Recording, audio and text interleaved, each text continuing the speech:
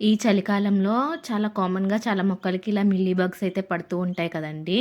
So, ఇవి climate మారినప్పుడల్లా కూడా అటాక్ చేస్తూ ఉంటాయి మొక్కల్ని. సో, మనం ఇప్పుడు వీటిని ఏ విధంగా క్లియర్ చేసుకోవాలి? చాలా అంటే చాలా ఈజీగా మనం ఇంట్లో ఉండే వాటితోనే ఏ విధంగా క్లియర్ చేసుకోవాలి అనేదైతే చూపిస్తానండి. సో, దానికోసం నేను ఆరెంజెస్ అయితే తీసుకున్నానండి. మనం ఇలా ఆరెంజెస్ అయితే తింటాం కదండీ! ఆ తొక్కలనేవి పాడేయకుండా వీటితో అయితే మనం లిక్విడ్ ఫెర్టిలైజర్‌ని అయితే తయారు చేసుకోవచ్చండి. చాలా అంటే చాలా పర్ఫెక్ట్‌గా యూజ్ అవుతుంది. ఇది ఒక మిల్లీ బగ్స్‌కే కాకుండా మనకి ప్లాంట్ గ్రోత్‌కి కూడా యూజ్ అవుతుందండి. సో, ఇప్పుడు దీన్ని ఏ విధంగా చేయాలి, ఏం చేయాలి అనేది చూపిస్తాను. ప్రెషర్ కుక్కర్ అయితే తీసుకున్నానండి. చిన్నదైతే సరిపోతుంది.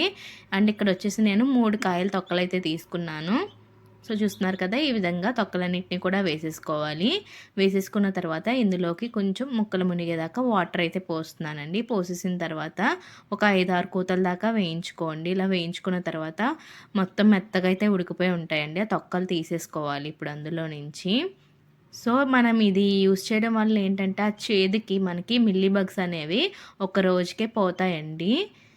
చూస్తున్నారు కదా! ఇలా ఇలా అయిన తర్వాత తొక్కలన్నీ తీసేసి వాటర్‌నైతే చల్లార్చుకోవాలి. మనకి చక్కగా ఆ తొక్కల్లో ఉండే సారమంతా కూడా వాటర్‌లోకైతే దిగిపోయి కలర్ అయితే మారింది చూసారు కదా! ఈ వాటర్‌ని మనం ఇప్పుడు ఫెర్టిలైజర్ కింద అయితే యూజ్ చేసుకుంటామండి. ఇవన్నీ కూడా చల్లార్చుకోవాలి. వేడిగా కూడా ఎప్పుడు మొక్కలకైతే ఇవ్వకూడదండి.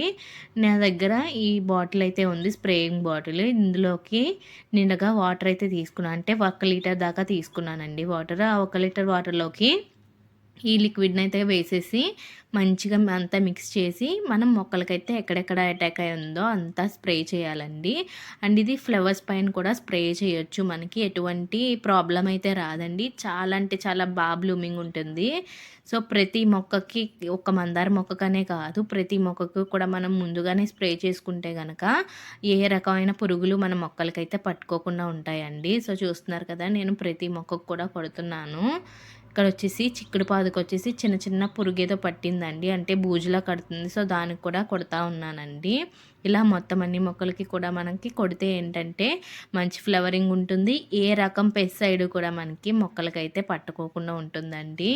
నేను ఇక్కడ వచ్చి ప్రతి మొక్కకు కూడా స్ప్రే చేస్తున్నాను. చామంతి మొక్కలకు కూడా పెడుతూ ఉన్నానండి.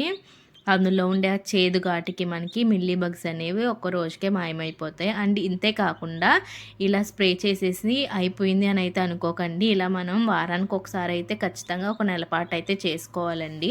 అలా చేసుకుంటే గనక మనకి మళ్ళీ మళ్ళీ సీజన్ మారే వరకు పట్టకుండా ఉంటుంది. అదే ఒకసారి కొట్టి వదిలేసారంటే మనకి వారానికి మళ్ళీ అయితే వచ్చేస్తుందండి.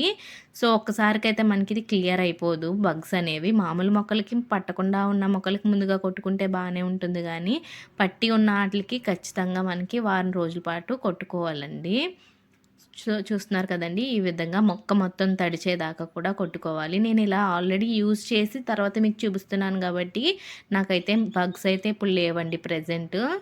సో, అంతకుముందు బగ్స్ ఉండే వీడియో అయితే తీసి అందుకే ముందు షేర్ చేసుకున్నానండి. ఎంతలా ఉన్న బగ్స్ అయినా సరే మనకి వారం రోజులకైతే పోతాయి. సో, డే బై డే మనం దీన్నైతే యూజ్ చేసుకోవచ్చు చక్కగా. చాలా అంటే చాలా బాగా యూజ్ అవుతుందండి. సో, మీలో ఎంతమందికి ఇది తెలుసో నాకైతే కామెంట్ చేసేయండి. యూజ్ చేసిన తర్వాత ఏ విధంగా ఉందో కూడా కామెంట్ చేయడం అయితే మర్చిపోకండి. Thanks for watching.